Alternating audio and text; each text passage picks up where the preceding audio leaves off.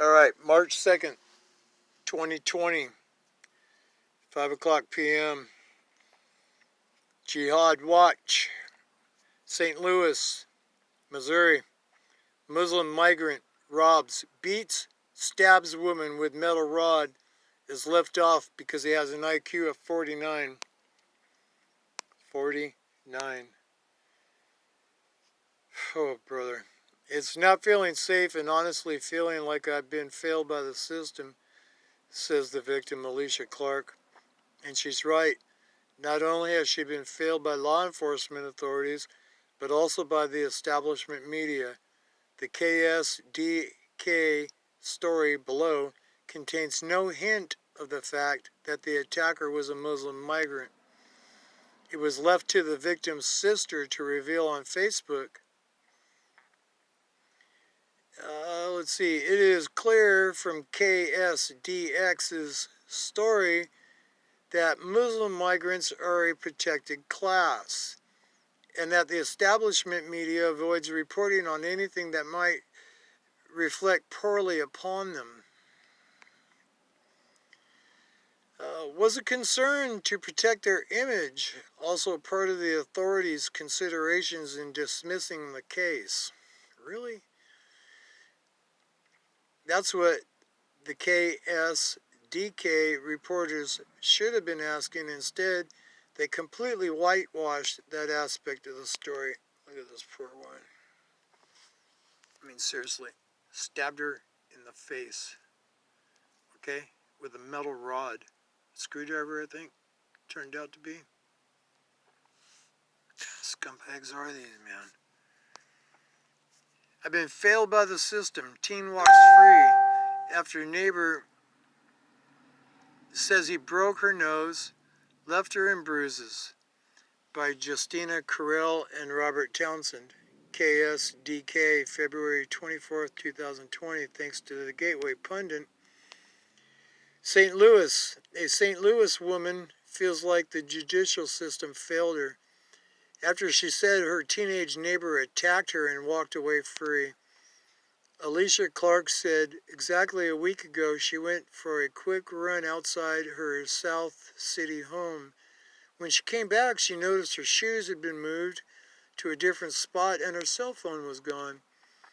From there, she used, I guess it's an app called Find My iPhone, to search for it. The location said it was on her property grid. She used her work phone, to call it.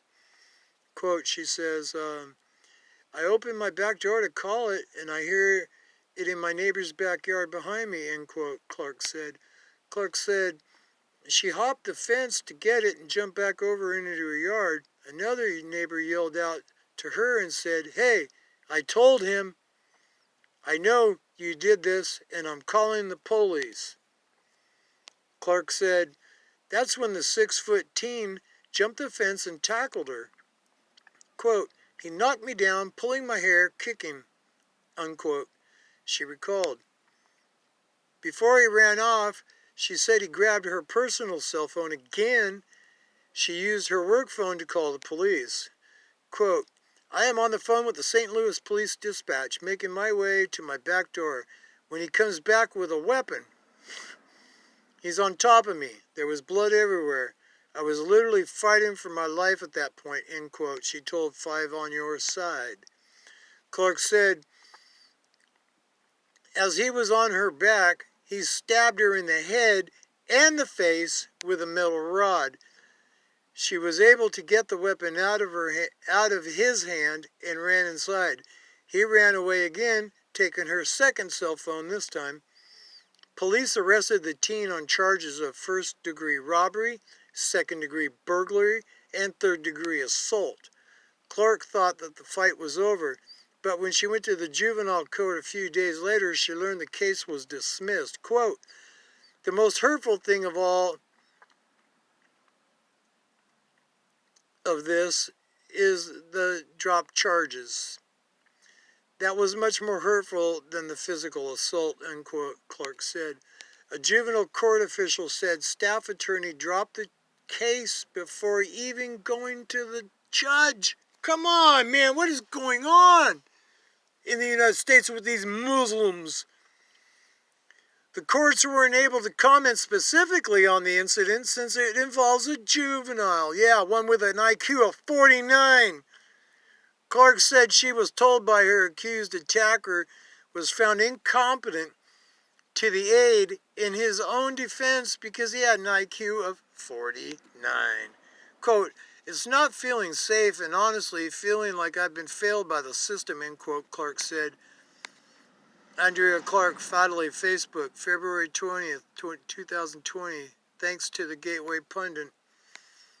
Updated on February 26th, the addendum number 6 below, it's worth a scroll. "This is my sister on Monday night. She was attacked by her 15-year-old neighbor. He stabbed her in the head and face with a screwdriver. She fought him off and was able to escape to the neighbor's house to call the police. The boy was taken into police custody and brought to juvenile detention center. No clear motive was ever established.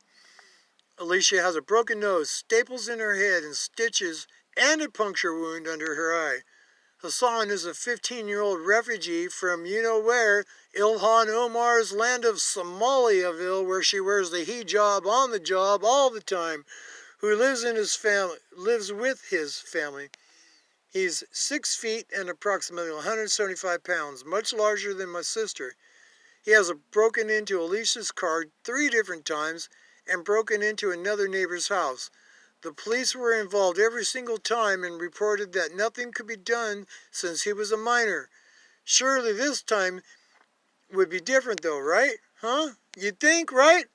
This morning we went to the juvenile court building for the deposition hearing where we would find out if he would be held in custody while he awaits his court date, or if he would be allowed to return home. It had been explained to Alicia by the victim's advocate, I'm guessing that would be the lawyer or whatever, that the 3 charges he was facing each independently carry a strong recommendation of remaining detained. All 3 compiled was almost a sure thing. We arrived feeling hopeful. On arrival, though, guess what? We learned from that same patient advocate that Hassan's IQ is 49. This makes him incompetent to aid in his own defense. Therefore, all charges are firmly dismissed by the prosecutor. Sakina Ahmad. We never entered a courtroom, saw a judge, nothing. Hassan was able to go home with his family member. He likely left the building as a free person before we even learned all the above information. The prosecutor sympathized with our frustration and explained that because he is mentally handicapped, juvenile refugee, and every safeguard available is to his benefit and to Alicia's detriment. She went on to tell us verbatim that even if Alicia had been killed, the outcome would have been the same, and that is the case, and that this case would be dismissed. Now go ahead and read that last sentence again.